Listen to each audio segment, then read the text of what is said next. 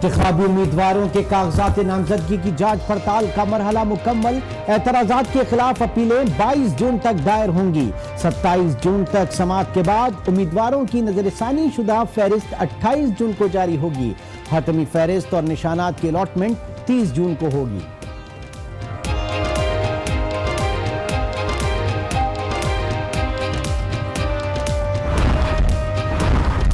N53 के सियासी match से कप्तान आउट। साबिक वजीर आजम शाहिद खाकान, मेहताब अब्बासी और आयशा गुलालाई के कागजात नामजदगी भी मुस्तरद।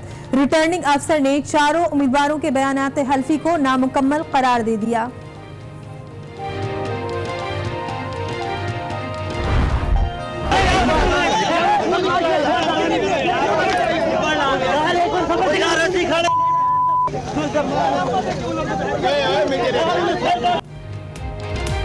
टिकटों की तकसीम पर तहरीक इंसाफ तकसीम। बनीगाला के सामने धरना दूसरे रोज भी जारी। गर्मी बढ़ी तो खिलाड़ियों का सब्र भी जवाब दे गया। एक दूसरे पर पिल पड़े, डंडे बरसा दिए। जेहलम में लीगियों का भी पार्टी क़यादत के खिलाफ मुजाहिरा। नादरा का किसी भी किस्म का डेटा लीक नहीं हुआ, ना किसी सियासी जमात या प्लेटफॉर्म पर डेटा शेयरिंग की गई। मीडिया पर चलने वाली ईमेल भी साल पुरानी है। इस्लामाबाद में नादरा हुकाम की प्रेस कॉन्फ्रेंस, कहा ये सारा काम करप्शन पर बरतरफ अफसर सैयद मुजफ्फर की तरफ से किया गया। निगरान वजीर आजम नासिरुल मुल्क ने असासों की तफसीलात इलेक्शन कमीशन में जमा करा दी। नासिरुल मुल्क के नाम पर पाकिस्तान में 14 जायदादें हैं। एहलिया सिंगापुर और लंदन में जायदादों की मालिक निकली। अकाउंट्स में भी 10 करोड़ से जायद की रकम मौजूद।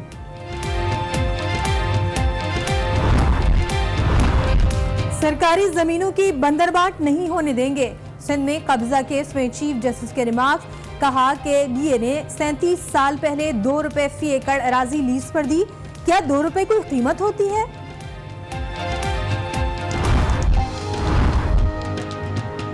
पुलिस में काली भेड़ों को नहीं छोड़ेंगे। मुअत्तली ही नहीं, सजा भी दी जाएगी। नए आईजी सिंध अमजद जावेद का अज़्म। वॉल चॉकिंग जुर्म है, सियासी जमातों से ताउन की अपील। कराची में ज्वेलर की दुकान में चोरी की फिल्मी वारदात। चोरों ने तालों के बजाय दीवार तोड़ी और दुकान का सफाया कर दिया। पुलिस ने 4 मुश्तबा अफराद को हिरासत में लेकर तफ्तीश का आगाज कर दिया।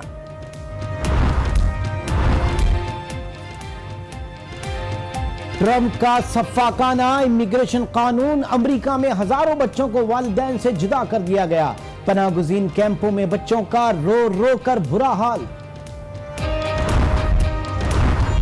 भारतीय हुक्मरान जमात बीजेपी का महबूबा मुफ्ती की जमात से इत्तेहाद खत्म। मकबूजा कश्मीर की कठपुतली वजीर आला महबूबा मुफ्ती ओहदे से मुस्ताफी हो गई। निगरां बुजरा को कलमदान सौंप दिए गए हैं। खैबर पख्तूनख्वा में निगरां बुजरा को कलमदान सौंप दिए गए। इस हवाले से मज़ीद तफसीलात जानते हैं। आज न्यूज़ के नुमाइंदे शहाबुद्दीन इस वक्त हमारे साथ मौजूद हैं। जी शहाबुद्दीन, बताइए कौन कौन से अहम महकमे जो हैं, किन किन वज़रा को सौंपे गए हैं?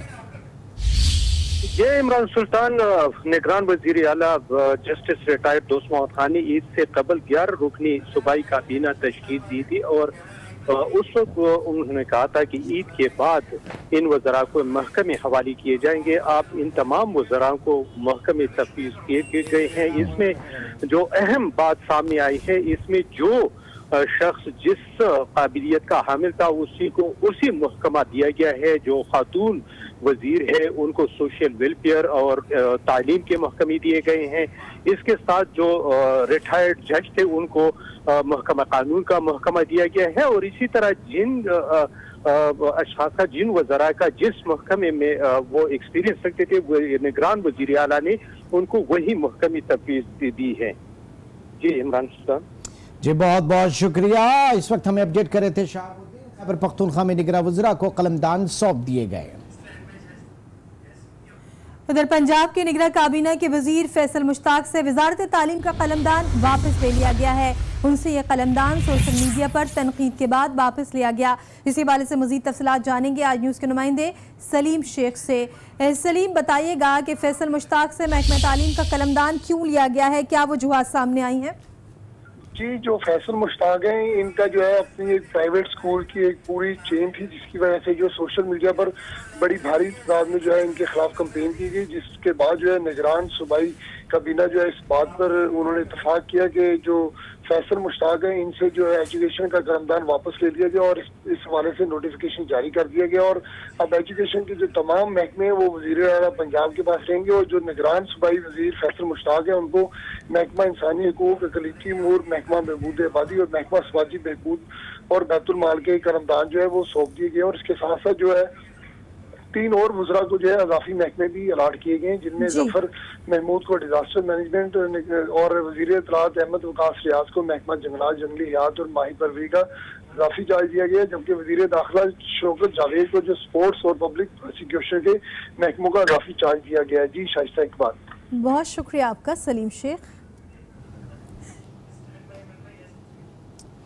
उधर इमरान खान की रिहाइश गाह के बाहर टिकट की तकसीम पर बरहम मुजाहिरीन अपने मुतालबात पर अड़े हुए हैं। धरना आज भी जारी है। एहतजाज में कुछ कारकुनान आपस में भी उलझ पड़े और एक दूसरे की खूब धुनाई की। बनीगाला के बाहर क्या सूरत हाल है, जानते हैं इस रिपोर्ट में।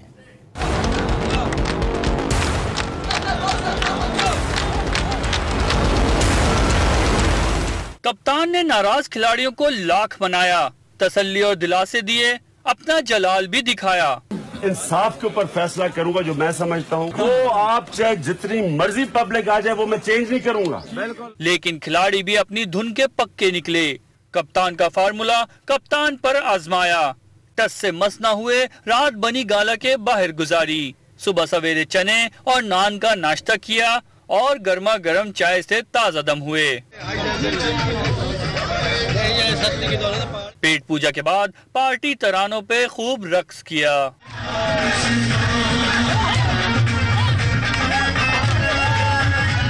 पार्टी टिकट पैराशूटर्स को नहीं बल्कि ग्रास रूटर्स को दिए जाएं। NA-154 मुल्तान के मुजाहिरीन अपने मुतालबे पर अड़ गए। टिकट होल्डर सिकंदर बोसन से टिकट वापस लेने पर बजिद है। अब वो सिकंदर बोसन जैसे आदमी को वो टिकट दे रहे हैं, हम पे जुल्म कर रहे हैं। सिकंदर बोसन जो है वो वर्कर्स उनको बिल्कुल पसंद नहीं कर रहे। ऐसे आदमी को पाकिस्तान तहरीक इंसाफ का टिकट नहीं देना चाहिए। सूरज ने गर्मी दिखाई तो धरने पर बैठे मुजाहिरीन का पारा भी हाई हो गया। कारकुनान आपस में ही झगड़ पड़े।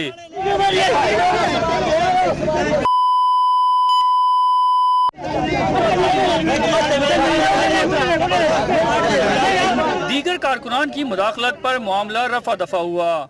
धरने और एहतजाज के बाइस बनीगाला पर पुलिस की इजाफी नफरी तैनात है। इधर जेहलम में मुस्लिम लीग नून के कारकुनों ने टिकटों की तकसीम को गैर मुंसिफाना करार दिया। सैकड़ों मतवालों ने शानदार चौक में एहतजाज भी किया। शहबाज भट्ट रिपोर्ट करेंगे। टिकटों की तकसीम पर पाकिस्तान मुस्लिम लीग नून जेहलम में शदीद इख्तलाफात का शिकार हो गई है। वर्कर्स ग्रुप ने टिकटों की तकसीम को गैर मुंसिफाना करार देते हुए भरपूर एहतजाजी मुजाहरा किया। 5 साल इन्हीं लोगों को जो अभी नामजद कर दिए गए, इन्हीं को हमने वोट दिए थे और फिर पूरे 5 साल कारकुन इनकी गालियां सुनते रहे, ये लोगों को बंदूकों से डराते रहे। नून लीगी कारकुनान ने पाकिस्तान मुस्लिम लीग नून के जनरल सेक्रेटरी हाफिज एजाज अंजुआ, साबिक MP चौधरी सईद इकबाल, शेख तनवीर, बिलाल अदर कियानी की क़यादत में सिविल लाइन रोड पर एहतजाजी रैली निकाली, जिसमें सैकड़ों कारकुनान ने शिरकत करते हुए खूब नारेबाजी की। ये कमेटियों ने नीचे से बंदर बांट कर दी है। जो वर्कर्स थे वो रह गए हैं। हमारा मौक़िफ़ कायदीन ने सुना ही नहीं है, कायदीन तक पहुँचने नहीं दिया गया। और जिन लोगों को टिकटें दी गई हैं वो क्लेमेंट हैं कि हम मुशर्रफ दौर में साथ थे। मुशर्रफ दौर में तो वो नाज़म थे, 2008 में हमारे साथ आए हैं। मुस्लिम लीग नून के हल्का NA-66 से कौमी असम्बली के उम्मीदवार चौधरी नजीम खादम ने वर्कर्स ग्रुप के मुजाहरे को नाकाम शो करार देते हुए कहा है कि टिकट एक खानदान को नहीं 2 वर्करों को दिए गए। 2012 में राजा मोहम्मद अफजल खान साहब के दोनों बेटे MNA थे, तो वो जब छोड़ के गए थे पीपल्स पार्टी में, तो मुझे कायदे मोहतरम मियां मोहम्मद नवाज शरीफ और मियां मोहम्मद शहबाज शरीफ साहब ने खुद बुला के रायबंद कहा था कि आपने बेटा इलेक्शन लड़ना है। मुस्लिम लीग नून के नाराज कारकुनान ने कहा है कि टिकटों की तकसीम पर नजरसानी न की गई तो 2 रोज में अपना लाएअमल तय करेंगे। मोहम्मद शहबाज भट्ट, आज न्यूज, जेहलम। उधर पीपल्स पार्टी के रहनुमा सईद गनी ने दावा किया है कि पीपल्स पार्टी इलेक्शन में क्लीन स्वीप करेगी और कराची की सबसे बड़ी जमात के तौर पर उभरेगी। उन्होंने कहा कि शाह महमूद कुरैशी पीपल्स पार्टी का पीछा छोड़ दें और अपने नुमाइंदों की बात करें। 2018 के इलेक्शन में कराची से पीपल्स पार्टी सबसे बड़ी सियासी जमात के तौर पर उभरेगी। सबसे बड़ी सियासी जमात का मतलब यह है कि जो कराची का इंतखाबी हल्का है, जितनी नशिस्तें हैं, उसमें 50% से ज़्यादा पीपल्स पार्टी जीतेगी। मैं इस बात का कायल हूँ कि लोगों को इंतखाब में जाना चाहिए, लोगों के पास जाना चाहिए, आवाम के पास जाना चाहिए और फिर वो ये फैसला करे कि वो उसे मुस्तरद करते हैं या उसे कामयाब कराते हैं। शाह महमूद कुरैशी साहब यहाँ आए हुए थे, उन्होंने कुछ बातें कहीं हमारे किसी उम्मीदवार के लिए भी। और भाई आप पीटीआई के उम्मीदवारों की सफाइयाँ दें, पीपल्स पार्टी किसको उम्मीदवार बनाती है, कहाँ से बनाती है, क्यों बनाती है, ये आपका बिजनेस नहीं है। तो मुखालिफिन के एतराज़ को हम इस तरह लेते हैं कि हमने शायद उनकी दुम पे सही पैर रखा हुआ है। जो शाह महमूद कुरैशी साहब हैं, उनका जो हशर पीटीआई में हो रहा है वो सबके सामने है कि जहांगीर तरीन और ये एक शायद मेज़ पर बैठने को भी तैयार नहीं होते हैं, और इमरान खान किस तरह इन दोनों को संभाले हुए पार्टी चला रहा है, ये उसको मैं खराजे पेश करता हूँ। नेब रेफरेंस में नवाज शरीफ और मरियम नवाज को 4 रोज के लिए एहतसाब अदालत में हाजिरी से इस्तिस्ना मिल गया, जबकि नवाज शरीफ के दस्तबरदार वकील ख्वाजा हारिस कार्रवाई में दोबारा शामिल हो गए। अदालत ने ख्वाजा हारिस की वकालतनामा वापस लेने की दरख्वास्त खारिज कर दी। कल से ख्वाजा हारिस दोबारा दलाइल देंगे। आज की समाअत का अहवाल इस रिपोर्ट में।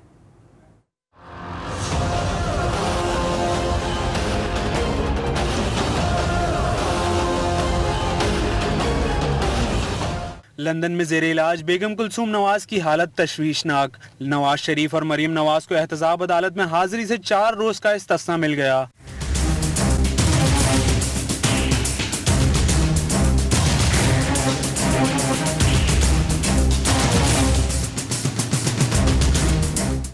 शरीफ खानदान के खिलाफ इवन फील्ड और अल अजीजिया स्टील मिल्स रेफरेंस की समाअत हुई। नवाज शरीफ और मरियम नवाज की जानिब से 7 रोज के इस्तिस्ना की दरख्वास्त पर फैसला सुनाते हुए अदालत ने 4 रोज के लिए हाजिरी से इस्तिस्ना मंजूर कर लिया।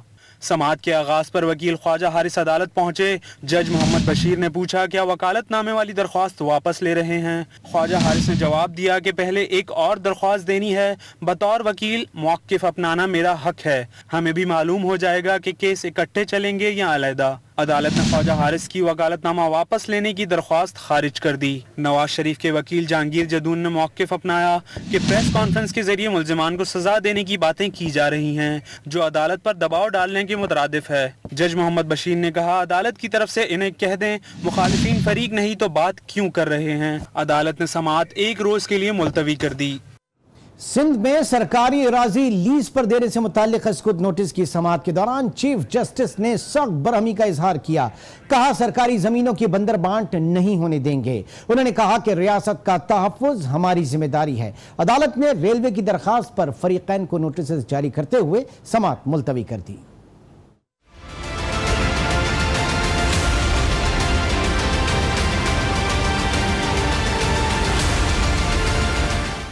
कब्जा माफिया मुल्क खा गए, रियासत का तहफ़्फ़ुज़ हमारी जिम्मेदारी है, सरकारी जमीनों की बंदर बांट नहीं होने देंगे। सिंध में सरकारी जमीन की लीज और अलॉटमेंट पर चीफ जस्टिस बरहम हो गए।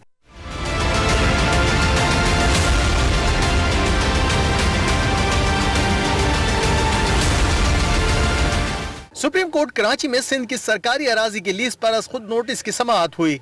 चीफ जस्टिस ने रिमार्क्स दिए कि सिंध हुकूमत ने जमीन रेलवे मकासद के लिए दी थी, वो जमीन रेलवे कैसे फरोख्त या लीज पर दे सकता है।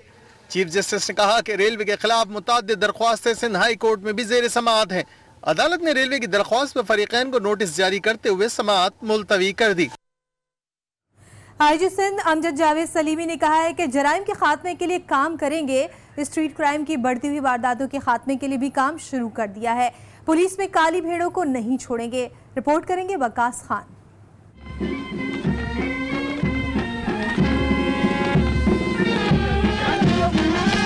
सिंध के नए आईजी अमजद सलीमी की मज़ार कायद पर हाजिरी, फातिहा ख्वानी की और कब्र पर फूल चढ़ाए।